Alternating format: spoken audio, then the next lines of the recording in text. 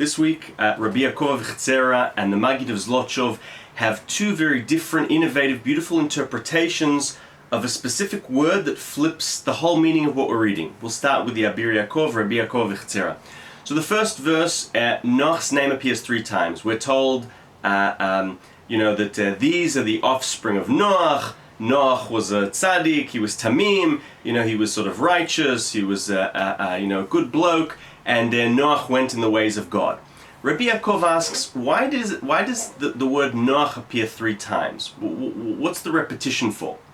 And he says the way to understand this verse and what it alludes to, he's very careful to say alludes, he's not saying this is what it means, but it can allude to this.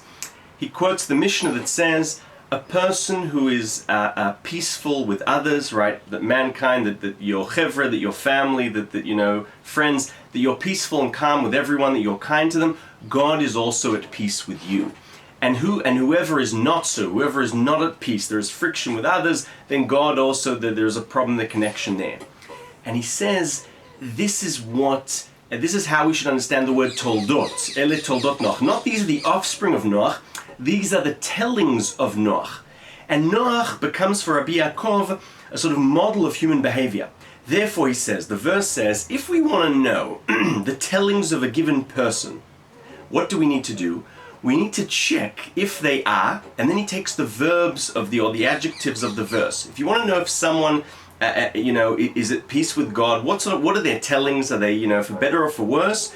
Check to see if they are righteous, if they are at peace with everyone, right? All those adjectives associated with Noach. If a person is like that, then you know that God is also at peace with that person. You can know this by looking at how that person is with society, and so too if they're not that way, then you know that there are issues. So that's where Rabbi Yaakov takes it. He wants to understand the ethical, moral understanding of how we can use Noach as a model of understanding human behavior and its relationship to the relationship between man and God. Now the Maggid of Zlotchov takes, so he flipped toldot, not to mean it as offspring, but as tellings.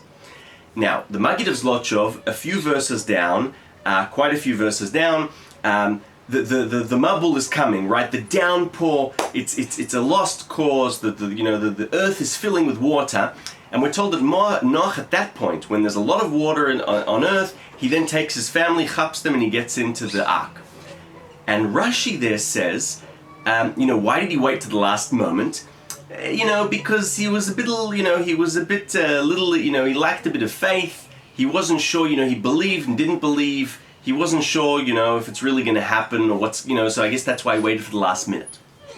Now, the Maggid of Zlotchov reads this and says, Chas v'chalila, can we really think, did Rashi really mean to say, right, so Hasidish, did Rashi really mean to say that Noach had doubts that God was going to bring a downpour, that if God said he's going to bring them a bull, it's not going to happen? No. That's not the case. Rather, there are 2 ways of understanding the word emunah, faith. One way of understanding emunah is faith. And that is, you could understand, and that is the aspect where Rashi says he had little faith, okay? The other part of emunah is like in Megillat Esther, that Mordechai was omenet hadassah, he was like a mentor to hadassah, mentor in terms of someone's behavior can strengthen and push something, maximize the potential of something. That's the other way of understanding emunah. And here's what was going on. Noach hears that God is going to bring the downpour. He is a tzaddik. He has no doubt in his mind that if God says there's going to be a downpour, there will be a downpour. And in that sense, he had full faith that there will be a downpour, and that's where Rashi said, He'emin. Where is it shelo he'emin? He also knew, given that he's a tzaddik, that if he fully dedicates his thought to the fact that God will do this, it'll seal the deal and it'll happen.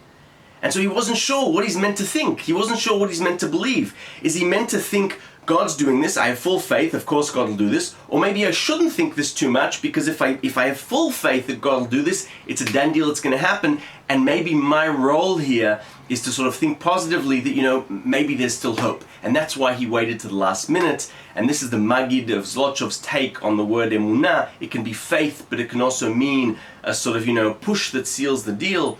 Thoughts on the Torah portion of Noach with Rabbi Yaakov Abuhatziera, and the Maggid of Zlotchov. Shabbat Shalom.